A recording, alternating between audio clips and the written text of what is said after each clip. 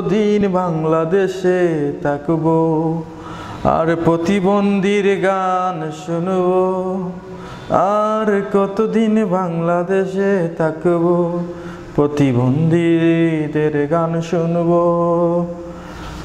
বন্ধু থেকে না খেয়ে খেয়ে বা ফোন দিলা? আচ্ছা আচ্ছা, তাই ফোন দিছি না। আচ্ছা দরিলাই। হ্যালো,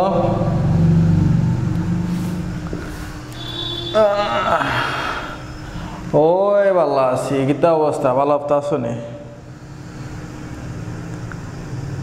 তোমারে ফোন দিছিলাম ও দিন, তুমি দিন আমার অফিসে মাছিলা, কইছিলা দেন নায়িকা বিপদ পড়লে ছবি দেখো তোমরা, দে নায়ক আইয়া ডুসুম ডাসুম ফাটাফাটি মারামারি করন, গুল্লি পড়লে গুল্লি মারলে গুল্লি পড়ে না, মারছিলে মনে আছে নানি? বলিলাই নি হারাক্কারা ও না খাই না পুরো দিন আইসলাই দেন মারছিলে, কইলেন যে নায়িকা বিপদ পড়লে সখন নায়ক তুমি কোথায়, তিনি আকাশ বাতাস জমিন সবকিছু কাঁপিয়ে। আচ্ছা আচ্ছা আচ্ছা, মনে পড়ছে। তখন খোয়ার লাগে তোমারে ফোন দিছিলাম, তুমি তো আচ্ছা বিজি আসলা। আচ্ছা সমস্যা নাই, বিজি আসলা সমস্যা নাই। আচ্ছা ওখান কইলাই যে তোমার তো মনে করো যে সব ভুল ধারণা পাল্টি গেছে, বুঝছো না? তুমি কইসলা যে পরিমণি বিপদ পড়লো, এখন তুই কোনো নায়ক আইলো না বাঁচানি, কইসলা নানি আমার কথা হওয়ার পরে? পরিমণি মনে করো কইসলা যে পরিমণি বিপদ পড়লো, কোনো নায়ক আইলো না, ওখান কইসলা তুমি আমারে। তে খবর পাইছো নি কোনটা? কোনো নায়কও গাইছি তা খবর পাইছো নি? পরিমণির বাঁচানিত কোনো নায়ক ঝাঁপিয়ে পড়ছে তা খবর পাইছো নিতে? হ্যাঁ জানো না নি?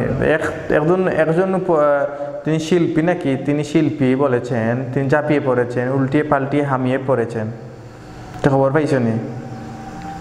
তিনি তো পরিমণির জন্য উল্টিয়ে পাল্টিয়ে হাউকিয়ে চিল্লিয়ে মাইক ফেটে দিয়েছেন, তিনি মাইকে আগুন ধরিয়ে দিয়েছেন। এখন আগুন নিমানোর জন্য দমকল বাহিনীকে ফোন দিয়েছিলাম, দমকল বাহিনী বলেছে সে আগুন নিমানোর ক্ষমতা ওদের নেই।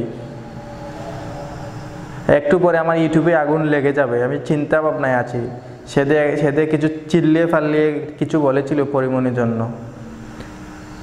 ও নাম কইতাম লিখে এন তো লেগে আমরা বাংলাদেশের প্রতিবন্ধী শিল্পী।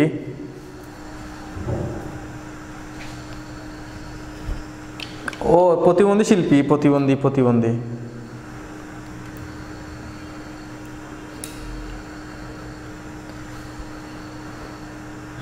শিল্পী খেয়ে তুমি জানো না? নেই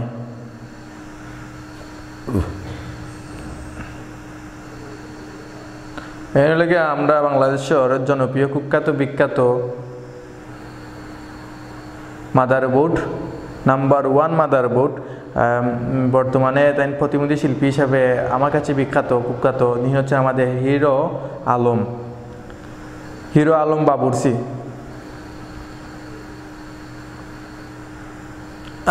সিঞ্চনী বলে প্রতিবন্ধী, এনে প্রতিবন্ধী ডাকে, আমি ডাকি প্রতিবন্ধী, কারণ এত তার কথাবার্তা তো প্রতিবন্ধী লাগান, বুঝছো? গা কথাবার্তা সবগুলো তো প্রতিবন্ধী লাগলে তার আমি প্রতিবন্ধী ডাকি। হে বলে শিল্পী, হে একটা গানও করছে, বুঝছো নি? এটা গান না, এটা মাইকে হাউকাইছে, চিল্লাপাল্লা করছে মাইকে, বলেছে যে একজন শিল্পীর বিপদে একজন শিল্পী বসে থাকতে পারবে না, তিনি বলে বসে থাকতে পারছে না, তিনি ভিতরে ঘোরাকির তাকে লাড়া দিয়েছে, তাই তিনি মাইকে এসে চিল্লি ফাল্লি বলেছেন, পরিমণির জন্য তিনি প্রতিবাদ করেছেন।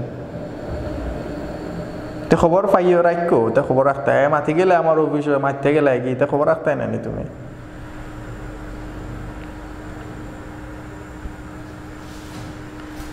তুমি তো তারা শিল্পী মানো না গীতা,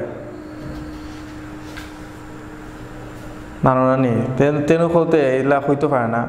শুনো আমি তোমারে কই, এরকম শিল্পী, এরকম প্রতিবন্ধী শিল্পী আমাদের প্রয়োজন নেই। আমি তো বাংলাদেশেও থাকতাম চাইরাম না, এর প্রতিবন্ধীতে ভালো লাগে। ইউটিউবে ফেসবুকে ঢুকলেই তো এতে চিল্লা পাল্লা ভালো লাগে না। এখন শুনো, এখন ঘটনার লাগে মেইনলি যে করো না, তোমার কথা বুঝছনে মনে হয় হিরো আলম শুনছে, এখন সে প্রতিবাদ করেছে, পরিমণির জন্য সে প্রতিবাদ করেছে, গান বলেছে, সে বলে চিল্লিয়ে ফালিয়ে একটা গান বলেছে, সুরে বেসুরা গলে সুরে কোকিল কণ্ঠে, মধুর সুরে, গরুর ডাকে, বকরির সুরে সে বলেছে, পরিবারের জন্য প্রতিবাদ করেছে। বুঝছো না? তো তুমি আইও, তুমি আমার অফিসে কালকে পাইও, তোমার আগে মিষ্টি খাবিয়ে দেবো, চিল্লিয়ে ফাললে তোমাকে মিষ্টি খাবিয়ে দেবো, তোমাকে মুখে দিয়ে আমি হারিয়ে দেবো মিষ্টি। হ্যাঁ আচ্ছা আইও। ওকে। হ্যাঁ, প্রতিবন্ধী শিল্পী মানে চিনে না। তোমাদের কেমনে বোঝাই আমি প্রতিবন্ধী শিল্পীকে, কেমনে বোঝাই? প্রিয় ভিউয়ার্স, আমরা সবাই অনেক কথা বলেছি পরিমণিকে নিয়ে। সবাই বলেছি এখন পরিমণি একজন নায়িকা হয়েও তিনি পুরোটা বিপদে আছেন, কোনো নায়ক পাশে নেই কেন। কিন্তু মুভিতে দেখতে পারি যে একজন নায়িকা বিপদে পড়লে যখন একজন নায়িকা চিৎকার করে তখন চারদিকে ভেঙ্গে চুরমাচুর করে একজন নায়ক চলে আসে নায়িকাকে বাঁচানোর জন্য। কিন্তু পরিমণি বেলা কেন হলো না? একজন গুন্ডা যখন নায়িকাকে তুলে নিতে চায় তখন নায়িকা যেতে চায় না। যখন একজন গুন্ডা জোর করে বেডে নিয়ে যায় তখন নায়িকা কিন্তু বলে দেহ পাবি মন পাবি না। সেটা আমাদের পরিমণি প্রতিবন্ধী বলেছিল। পরিমণি বলেছিলেন তুমি আমাকে ভালোবাসো কিন্তু তুমি আমার দেহ পাবা, মন পাবা না। সে কথা বলে সে সব কিছু খুলে দিয়েছিল। আর সেই লোভে হয়তো আমাদের প্রতিবন্ধী হিরো আলম, আর সেই ইচ্ছায় হয়তো আমাদের প্রতিবন্ধী হিরো আলম তাকে নিয়ে একটি চিল্লিয়ে ফাল্লিয়ে গরুর সুরে বকরির কণ্ঠে একটি গান করেছেন পরিমণির জন্য, পরিমণি মুক্তির জন্য। এটা হাস্যকর, এটা হাস্যকর। প্রতিবন্ধী হিরো আলম তুমি যতই গান করো, যতই চিল্লা ফাল্লা করো, কোনো কাজ হবে না। কারণ তো সবাই জানে তুমি একজন প্রতিবন্ধী, আর প্রতিবন্ধকতা নট এলাও। পরিমণি তুমি একজন মেয়ে, তুমি একজন মেয়ে, তুমি মেয়ের মতো থাকবা। তুমি একদিন বলেছিলে পুলিশ সবাই আমার বাসায় জাহানামাজ আছে সেটা দেখে না, কিন্তু ঠিকই আজকে জাহানামাজ খুঁজতে গিয়ে বেরিয়ে আসলো অনেক তথ্য। বাসায় পাওয়া গেল মিনিবার, মদের আড্ডা, কিন্তু বলা হয়েছে ওনার উকিল বলেছেন খালি বোতল। এতে তো বিলাসবহুল গাড়ি কুতলা আপনি কোথায় পেলেন? সেটা প্রশ্নই থেকেই যাবে।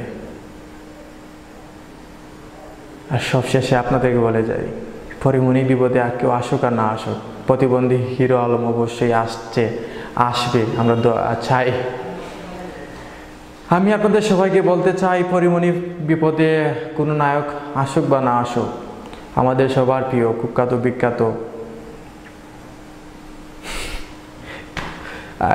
বিখ্যাত প্রতিবন্ধী হিরো আলম এগিয়ে এসেছে। তাই আমি আপনাদের বলি আর কারো পাশে আসতে হবে না, যেহেতু আমাদের হিরো আলম চলে এসেছে। এখানে স্টপ থাকেন, যারা আসার চিন্তা করতেছেন বিপদে আর লাগবে না, যেহেতু হিরো আলম এখনো মাঠে। প্রতিবন্ধী মাঠে থাকলে সবার হৃদয়ে একটু মায়া লাগবে, কারণ প্রতিবন্ধীদেরকে আমরা সবাই মায়া করি। আর যেহেতু পরিমণিকে নিয়ে তুমি একটা চিল্লিয়ে পাল্লিয়ে গরুর কথায় এবং বকরি সুরে কথা গান বলেছেন, সেজন্য হয়তো আমাদের ভালো লাগতেই পারে। ভালো থাকবেন সবাই। পরিমণি পাশে যেহেতু আমাদের হিরো আলম আছে, তাই আমাদের কোনো টেনশন নাই। আমার ভিডিও যারা দেখবেন বা দেশে যারা দেখবেন সবাই ঘুমিয়ে পড়েন, কারণ এখন আপনাদের পরিমণিকে নিয়ে চিন্তা করতে হবে না। পরিমণির জন্য প্রতিবন্ধী হিরো আলম যথেষ্ট। টাটা, বাবাই, আসসালামু আলাইকুম।